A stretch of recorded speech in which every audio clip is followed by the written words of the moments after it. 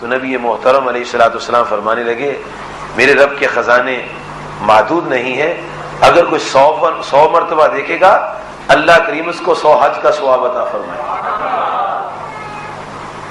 اب آپ غور کریں کہ ماں کو دیکھنے سے حج ہوتا ہے، اگر ماں کو تکلیف پہنچائی جائے پھر آدمی بھول جاتا ہے کہ میں کس کا بچہ ہوں۔ جو لوگ اپنے ماں باپ کو اذیت پہنچاتے ہیں، تکلیفیں پہنچاتے ہیں، وہ یہ بھول جاتے ہیں وہ کس کے بیٹے، وہ سمجھتے ہم زمین سے اگے، نہ ہماری کوئی ماں ہے نہ ہمارا کوئی باپ ہے، ہمارے سر کسی کی ذمہ داری نہیں ہے۔ لیکن یہ وہ نادان لوگ ہیں جو اپنے راستے میں کانٹے بیچتے ہیں۔ اگر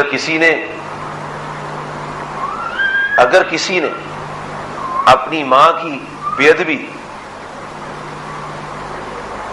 20ویں سال میں آ کر کی ہے تو اس کو تیار رہنا چاہیے کہ 15ویں سال میں اس کا بیٹا اس کے خلاف جو کرے گا نا اس کو دھیان رکھنا چاہیے، تیار ہے اس کے لیے۔ جو بیجیں گے وہی کاٹیں گے نا، یہ تو نہیں ہے کہ گندہ بیجیں اور چنے کاٹیں، جو بیجیں گے سو کاٹیں گے۔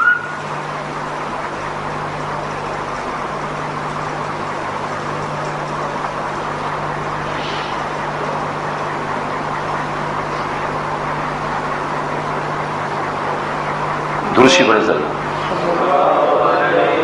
پکا چرچا چلتا میں پکا ہی بند کر سکتا۔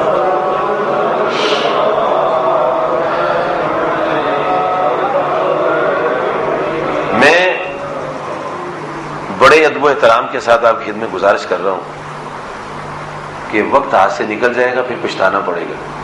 کیوں؟ جو بیجیں گے سو کاٹیں گے۔ اگر ہم اللہ کو مانتے ہیں، اگر ہم قرآن مجید کو مانتے ہیں، رسول کریم علیہ السلام کو مانتے ہیں تو ہمیں اپنے ماں باپ کا احترام کرنا۔ اگر ہم ہندو ہیں یا مسلمان نہیں ہیں تو پھر میں کچھ نہیں کہہ سکتا۔ جو کہتے ہیں مسلمان ہوں، میری ماں مسلمان ہے، میرا باپ مسلمان ہے، میں مسلمان کے گھر پیدا ہوں، اس کو پھر اپنے رب کی بات ماننی چاہیے۔ کیوں؟ جس کا کھاتے ہیں، جس کی زمین پر رہتے ہیں، جس کی سورج کی تمازت لیتے ہیں، چاند کی چاندنی لیتے ہیں، جس کی ہواؤں میں، جس کے پھلوں میں، جس کی بہاروں میں رہتے ہیں، ہمیں اس کی بات کو ماننا چاہیے۔ ہماری بھلائی اسی میں ہے۔ وہ نوری مسجد اسٹیشن کے سامنے وہاں ایک امام تھے مولانا محمد اکرم صاحب، ان کا جائے نا جلال پور جٹاں کی طرف تو درمیان ان کا گاؤں آتا ہے جی۔ تو وہ ایک دن مجھے فرمانے لگے کہ میرے پنڈ ہمارے گاؤں میں ایک شخص نے اپنے باپ کو دھکے دے کر گھر سے نکال دیا۔ وہ بیچارہ کھیت کی طرف چلا گیا۔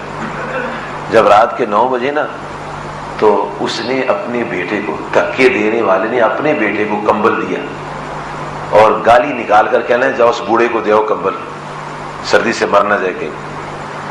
تو اس کے اپنے بیٹے نے کیا کیا، کینچی لے کر اس کمبل کے 2 ٹکڑے کر دیے۔ دو ٹکڑے جب کر دیے تو اس نے پھر اس کو بھی گالی نکال لی، یہ کیا تو نے کر دیے؟ کہنے لگا ابا حضور جو آپ مجھے تعلیم دے رہے ہیں میں اس کی تیاری کر رہا ہوں۔ کیا مطلب؟ آپ نے اپنے باپ کو دھکے دے کے گھر سے نکالا ہے نا، اور پھر یہ کمبل آپ مجھے دے رہے کہ اس کو دیو جا کے، یہ آدھا میں نے آپ کے لیے رکھا ہے کہ میں بھی آپ کو دھکے دوں گا، مجھے جو سکھاتے وہی میں نے کرنا ہے نا، جو مجھے سکھا رہے وہی میں کروں گا نا۔ بڑا اس نے اچھا کیا بیٹے نے، صاحب کہہ دیا۔ تو پھر کہنے لگا جو پھر اس کو لے آؤ جا کے، پھر اس کو لے۔ آج اگر کوئی اپنے باپ کو دھکے دیتا ہے، باپ کو گالی دیتا ہے یا ماں کو برا سمجھتا ہے نا، تو وہ سمجھ لے کہ اس نے تیاری کر رکھی ہے اپنے لیے، اپنے لیے وہ سامان تیار کر رہا ہے، اپنے لیے سامان کی تیاری ہے۔ اگر کوئی شخص اپنی ماں کو اچھا نہیں سمجھتا نا تو وہ یہ دل سے وہم نکال دے کہ اس کی اولاد اسے اچھا سمجھے گی۔ بالکل یہ احمقوں کی جنت میں وہ شخص رہتا ہے جو یہ سمجھتا ہے۔ اس دیوانے کو یہ پتہ نہیں ہے کہ میرا ایک ساتھ کیا ہونے والا ہے۔ اللہ تعالیٰ نے تو مشرک والدین کا احترام سکھایا کہ تم نے شرک میں ان کی اطاعت نہیں کرنی، شرک میں ان کی اطاعت نہیں کرنی۔ اور یہ جو سورت بنی اسرائیل ہے یہ مکی سورت ہے اور ڈیروں پہلے نازل ہوئی ہے۔ اس کا جو عدد نزول ہے 50 نمبر ہے۔ مکہ میں زیادہ یہی تھا، بیٹا مسلمان ہے تو باپ مشرک، باپ مسلمان ہے تو بیٹا مشرک، کسی کی ماں مشرکہ ہے، کسی کا باپ مشرک ہے۔ ان حالات میں اللہ تعالیٰ نے یہ آیات نازل فرمائی ہے، اے محبوب علیہ الصلوۃ والسلام، آپ کا پروردگار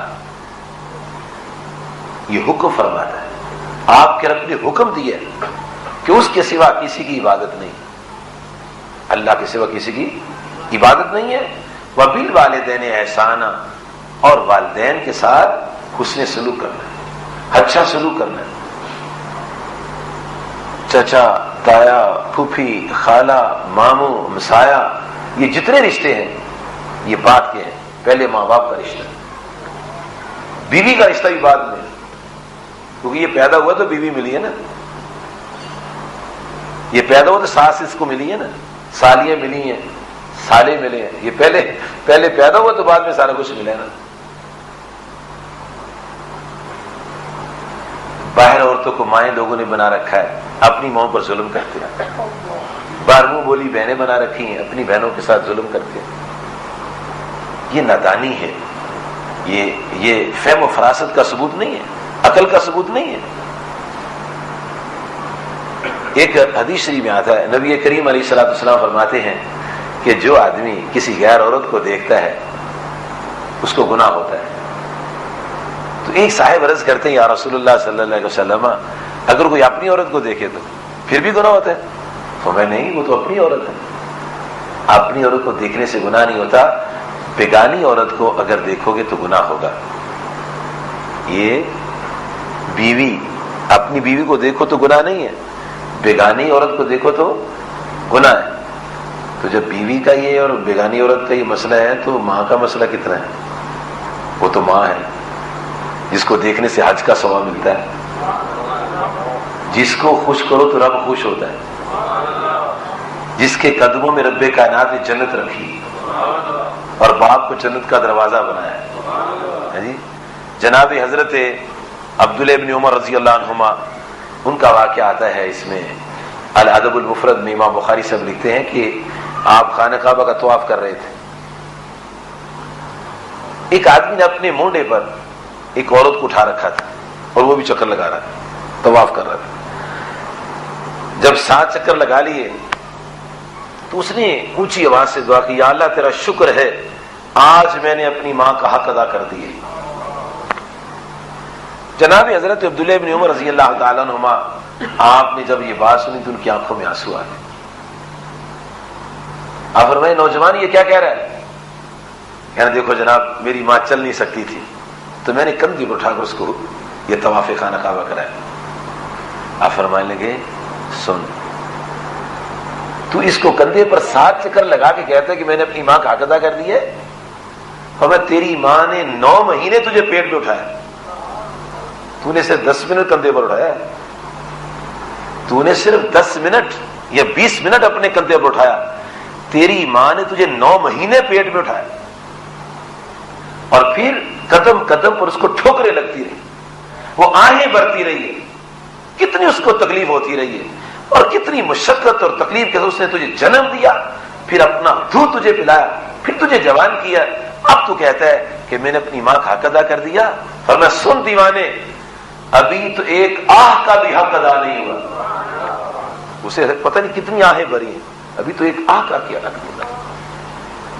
بابا جی، محتاط رہنے کی ضرورت ہے، ہوشیار رہنے کی ضرورت ہے، جتنا ادب کریں گے اتنی بہاریں آئیں گے۔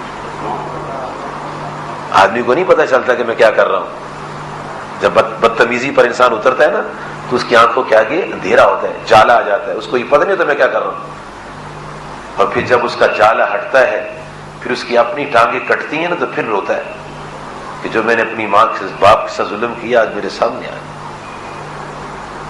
ایک صاحب تھے، انہوں نے کلمہ پڑھا تو ان کی ماں ناراض ہو گئی، کہنے لگی تو نے کیا کلمہ پڑھ لیے، تو ساپی ہو گیا، کافر